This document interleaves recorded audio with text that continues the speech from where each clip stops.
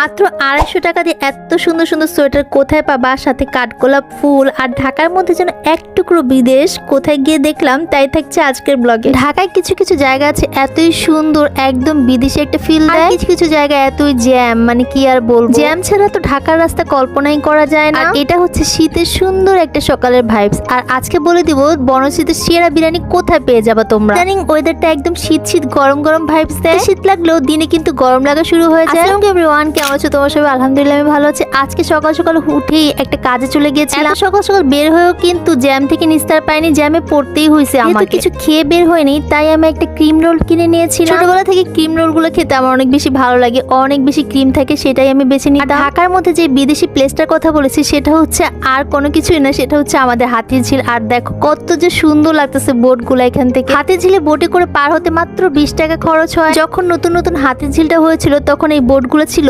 আমাদের বিনোদনের একমাত্র মাধ্যম। আমরা এখানে ঘোরার জন্য শুধু 20 টাকা খরচ করতাম। কত যে এই বোট গুলোতে ঘুরেছি শুধুমাত্র 20 টাকা খরচ করে ভাই বোনদেরকে নিয়ে। এখন কিন্তু এটাতে সবসময় চাকরিজীবী মানুষের উঠে। সূর্যটা মনে হয় আমাকে খেয়েই ফেলবে, এমন ভাবে আমার দিকে তাকায় আছে, কি আর বলবো। ডোন্ট ওয়ারি, আমি কিন্তু সানস্ক্রিন ইউজ করে ঘর থেকে বের হয়েছি। এটা কিন্তু একদমই গ্রামের একটা ফিল নিয়ে আসে যখন আমি এই বোটটাতে উঠি। খুবই সুন্দর লাগে, ভালো লাগে। দেখো পানিগুলো কত সুন্দর লাগতেছে, যদিও পানিগুলো অনেক বেশি ময়লা। আমি তো একদম মুখ চুখ কালো করে বসে আছি কারণ রোদটা